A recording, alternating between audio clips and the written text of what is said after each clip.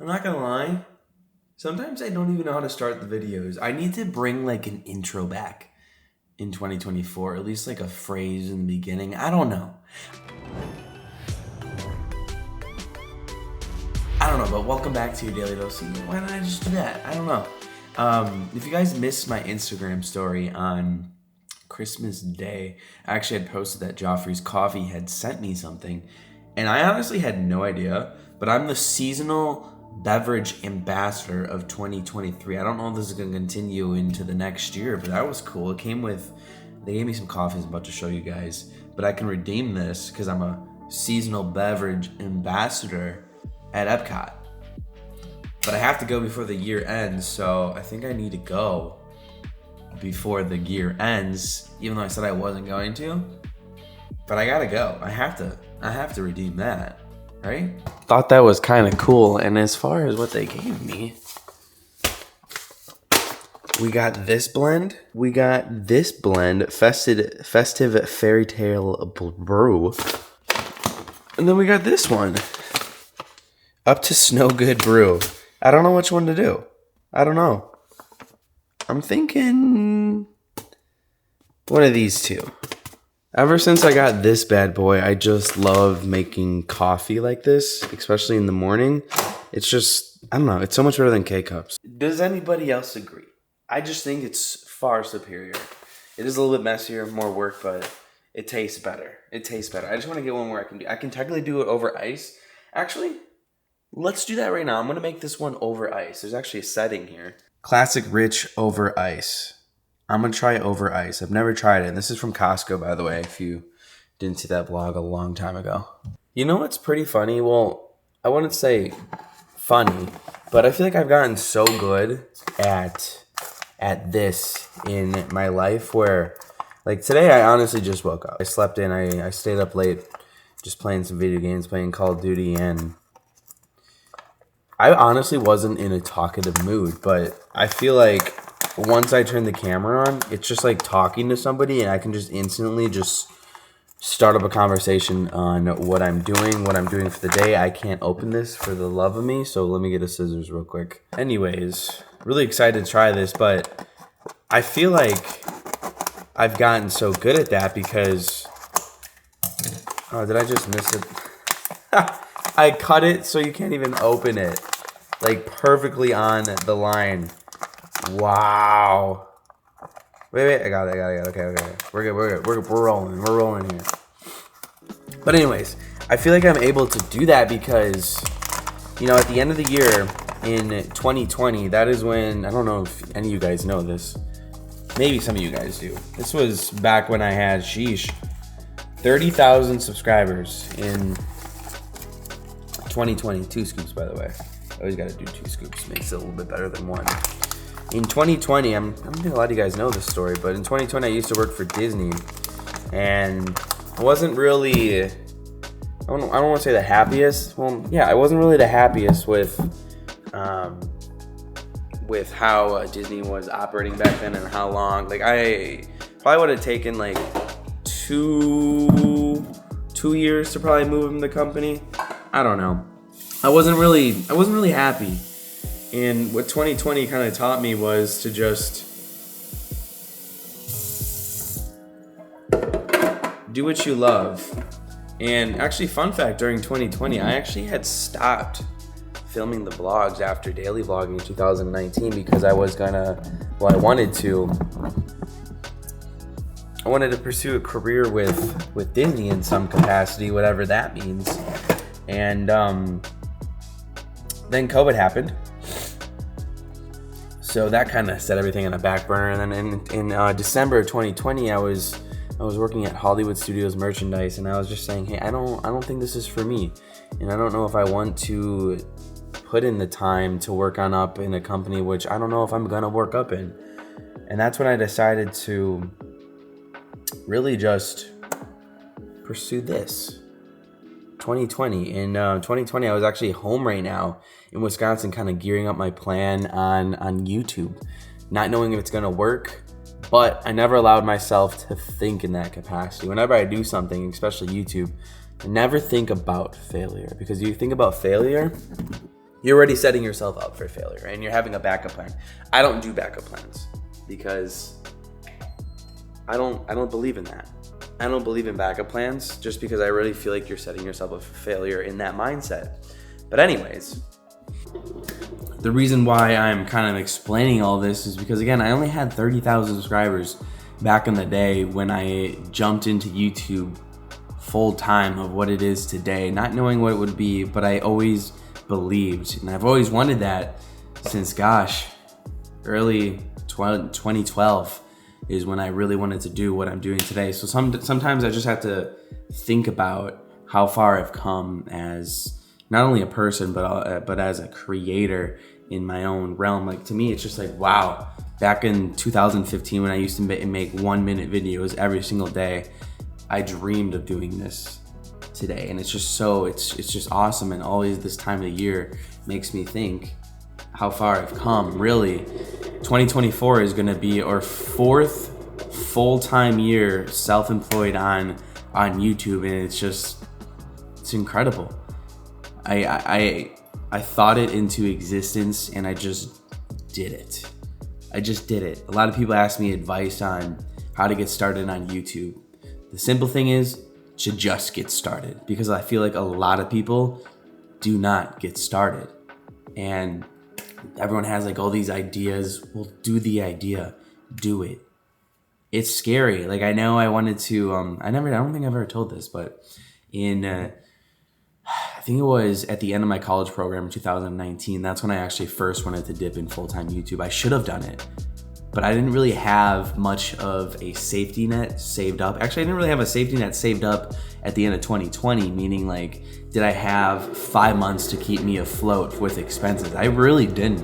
I just kind of soared on into it, but my parents were kind of worried because, you know, I think I was getting less than 1,000 views on YouTube, but I knew I could do it. I really did. I mean, honestly, back in 2022, when I jumped for YouTube, my peak views, like my videos that really soared, I only had 3,000 videos. Sorry, 3,000 views on my videos. Just 3,000. That's it. But it wasn't just 3,000. Like, back in the day, I was just so ecstatic. I was like, 3,000, you know? It's so fun to see it go up, and go up and down, up and down. It's a roller coaster. It really is. And then you start getting good. You start realizing what works. But, you know, this is my 4th year on YouTube. Full-time, as a full-time self-employed creator, which is just nuts to me. And I feel so thankful. It's just this time every year just reminds me of that decision. And if any of you guys are thinking about doing whatever it is, my best advice is to just get started and do it. Maybe not jump in fully right away. Build that hobby into something that you foresee and you want it to be your career. You want it to be your lifestyle. That is my advice. Coffee's ready. Give me 1 second. I'm going to continue this discussion. All right, so I've never tried this over ice before.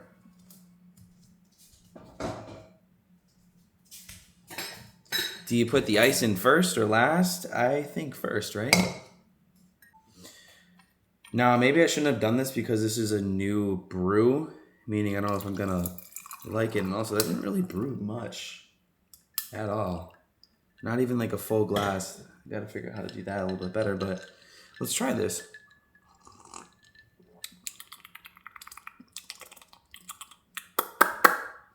I don't know if I like it over ice. Maybe it's because I've switched to hot coffee now in the morning and not iced coffee.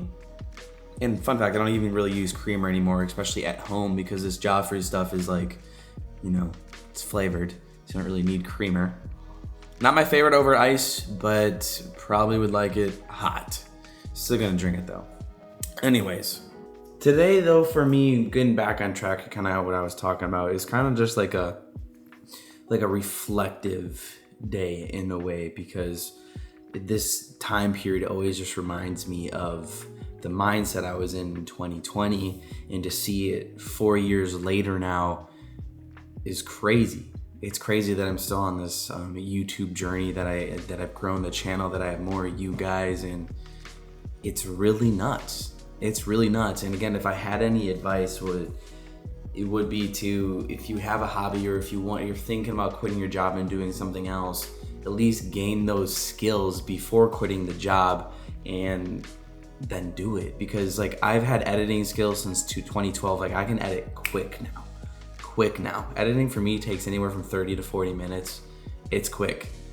And I feel like it's partly kind of because how I film. I don't really do anything too crazy. And if I wanted to do stuff crazy, it would probably take an hour. I use Final Cut, by the way, for those wondering. And it's just been a crazy ride. It really has. There might be some changes in the new year. I've always wanted to do merch. We'll see what comes, but this time of year, it's special to me because it always reminds me of what I left and what I really wanted to do came true. It really came true. It's been quite the journey. It really has. And this brings me to this point. In the new year, I kind of challenge you guys. Like, my bed's not made again. Oh, well, someone's going to yell at me for that. I don't have an excuse this time. Honestly, I just use that. That's my blanket. I don't use that big sheet anymore because it's too warm. But anyways, in the new year, I really kind of just challenge you guys, if you have a hobby, gain those skills and make the leap once you feel like you can. Whatever it's creating, whether it's doing an art business, whatever it is, whatever your hobby is, like the best thing ever is turning your hobby into a career. Now, I will say, even though this was my hobby, you know, I do it every day, and there are some days where I don't want to quote unquote do my hobby, but I do it anyways because, you know, it does sometimes feel like a job, but I also love it so very much, you know. But there's days where I just don't want to go, but I force myself to, and I do it. And you know, in the grand scheme of things, like I go to Disney pretty much every day, and I feel so blessed because there's so many people who can't go every single day, and that's kind of like my thought process. It's just sometimes I have to pinch myself because I know myself growing up in Wisconsin would love to do what I'm doing every single day. So when I have those hard days, like every human being does, I always try to trickle on back to that, be like, wake up, man, wake up. You know, we all have those days. We all have those days where we don't want to do anything, and whatever it might be going on in my life that might not make me want to do some things, you know, I'm human. But with that, I think I'm going to turn this video into a Q&A. I'm going to post on my Instagram here real quick and take some of you guys' questions about being a creator. I thought this would be a cool way to do like an end of year Q&A. I haven't done that in forever. Just posted on Instagram, so just with all this, guys, it's just thank you. Literally thank you for allowing me to do what I do every day. You know, what I do, like I'm talking to a camera right now. It's just like the life of a creator is just, it is something else. You know, it just when you sit back and think about it, it's just like, really, that's what I do for a living? It's crazy. It really is. All right, let's jump into these questions. All right, first question here. Is it easier because you have so much to film being in Orlando? Honestly, yeah. If I went back to Wisconsin, it'd be pretty hard to do what I do every single day. Honestly, if I lived in Wisconsin, here's what I would do. I would probably buy a farm and start doing farm creator content because that always intrigues me. I don't know anything about farming, but then I would try to learn restoration, would try to like restoration hardware. I would try to I would change my channel into a type of home channel where I just do different types of projects around the house, which would be really hard. It might be interesting because I don't know anything about that. It'd be kind of cool to just kind of do something on YouTube while learning it. I feel like I have a lot of ideas that would be pretty well. I mean, honestly, ideas are nothing, guys. Going back to the beginning, you just gotta do something. You just gotta do it. And then you'll find what sticks. You'll find what works. You'll find what works. And that's what I love about creating. You can do anything. You can do anything. You might think it's the stupidest idea, but ideas really mean jack crap. It's all about doing it. It really is. It really is. I hear a lot of excuses on, I don't like the way I sound on camera. I don't know how to do it. I don't know how to edit. If you really want to do it, you'll do it. It's that simple. How motivated are you to do something? That's what it comes down to. I feel like creators, no matter what realm they are, we're all really motivated people in some certain realm, you know? So take it as that is right there. Kind of switched complete gears, but yeah, to answer the question, I feel like it's pretty easy to do things here in Orlando, especially me being a Disney Channel, 5-minute drive, boom, right there. The biggest question is, when is the next cruise? End of January, folks. Icon of the Seas. Super pumped about that one. It's going to be a week-long cruise out of Miami. Miami, probably going to go down, I don't even know. Might go down on that train, you know? Who knows? Or I might fly. I just, driving 3 hours, I'd rather fly. But lots of cruising next year. If you missed that end of the year kind of reflecting on the past and looking towards the future video, I think I posted that on Christmas Eve. Biggest challenge of a creator. I feel like creators, this is going to change to creator to creator. Wow. I feel like my biggest challenge right now is growing. I feel like I've kind of reached that cap where I don't have much of an audience to grow from here, so I'm trying to figure out different ways to grow the channel. That's always kind of like a question, and I feel like a lot of Disney creators are thinking that way too. It's like, how do you grow your channel? So that's kind of, I think, my biggest challenge, and I feel like that's a lot of people's challenges starting off, but I feel like it's actually easier to start out in some ways unless you reach the cap. I don't know if I reached the cap, but growing for me has definitely been difficult. Some people might say having ideas to create would be difficult. Being consistent is difficult. Growing gets difficult. There's a lot of good questions. I really love Q&As. I feel like a live Q&A would be really fun. This is an interesting question. How do you navigate relationships with other creators? Well, I don't really know too many creators. I just really know just like the handful of ones here around Disney. And, you know, I kind of treat them like friends, coworkers in a way, because I'm not really like close with too many of them. And that's kind of by design. I'm more of an introvert person. I mean, my best friends that are creators are like JoJo, Brooks Holt too. Like, it's fun. Like, I kind of like have good relationships with people outside my niche in a way. I don't know why that is. I just feel like I learn more for people outside, but again, I'm more of an introvert person.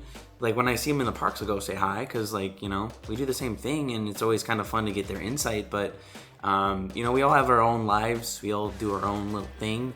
There's a lot of us. Disney is definitely saturated in creators, so if you're thinking about becoming a Disney Channel, do something different. Just study us and do something different. Or take content from a different niche and bring it into this realm. You know, there's no such thing as really stealing ideas, stealing content, because it's all really the same. You can't really do the same. You can't really do different things really much because everyone's kind of already done it. Just find something unique and do it. But as far as everybody here, you know, I like everybody. And I don't really like to have bad beef with anybody. So yeah, there's my answer. Not trying to call you out or anything, but here is, I want to become a creator, but do not know where to start. You just gotta start. You just gotta do it. And some people, honestly, might not have what it takes. Very rarely does someone get, quote unquote, lucky on their first video and just skyrockets. That is a blessing. I wish I had that, but you have to put in the time. And if you don't have the passion for it already, you're not gonna make it. Like, this is a grind. On YouTube, it is a grind. You know, I feel like the average creator, it's 5 years. They gotta put in the time, 5-6 years before something just happens. TikTok's more of, you know, post something, boom, might go viral. Then you gotta keep doing it. TikTok doesn't really pay well for my focus. I probably should do it, but it's just, I don't really enjoy it that much. I'm a long form creator. How much money do you make as a creator? Enough to make a living. Enough to make a living. It's, you know, if you get up there, it's pretty nice. Pretty nice. That's one thing too. I really feel like if I did switch gears, it'd be really cool because there's so many channels out there to dig into the finances of YouTube. That's not me right now.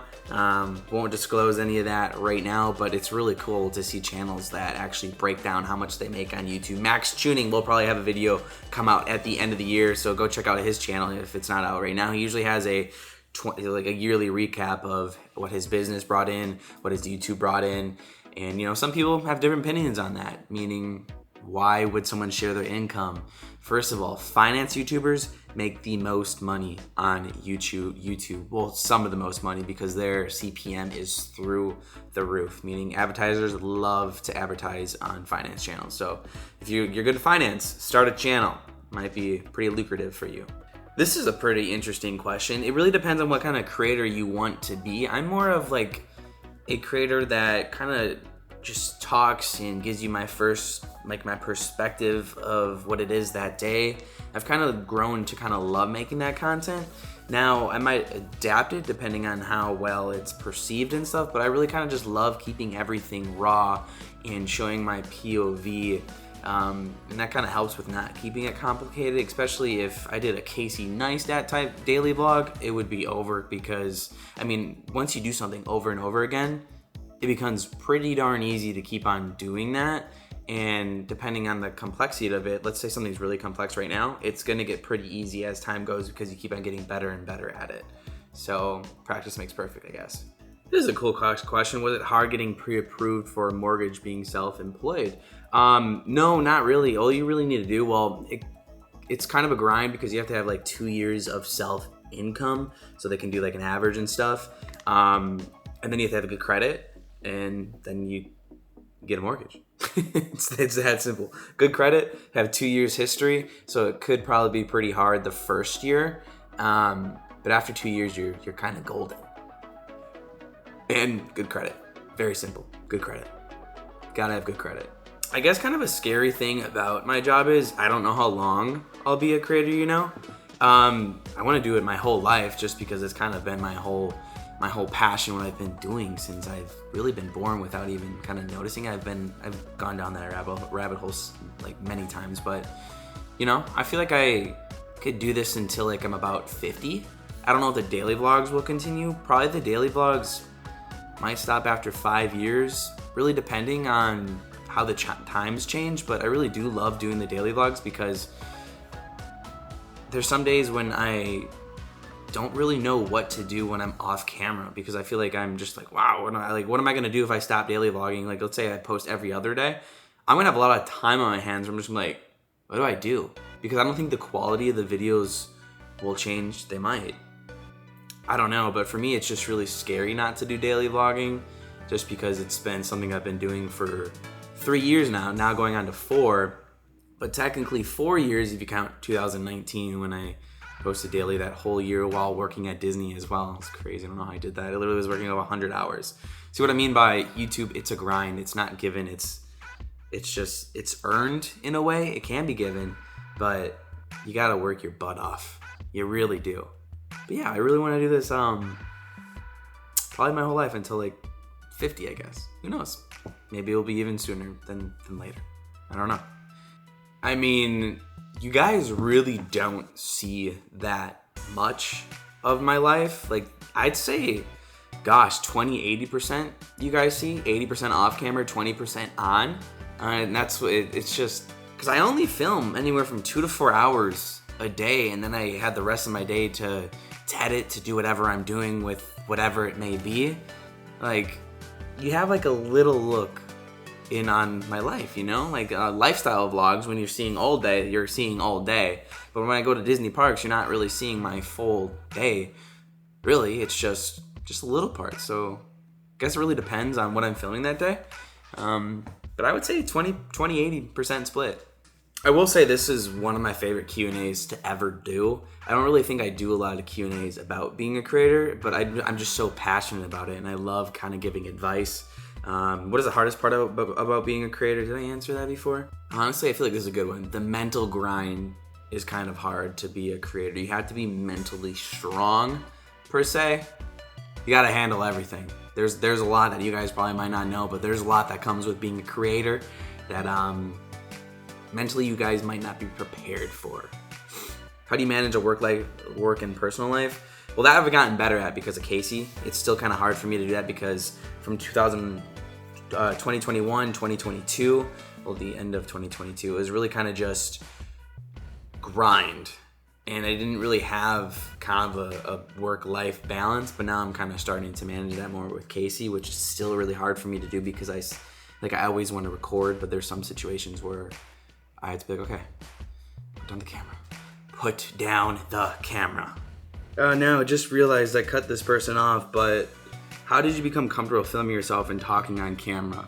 Well, believe it or not, there's actually sometimes, I would say 40 to 60% of the time where I'm not comfortable.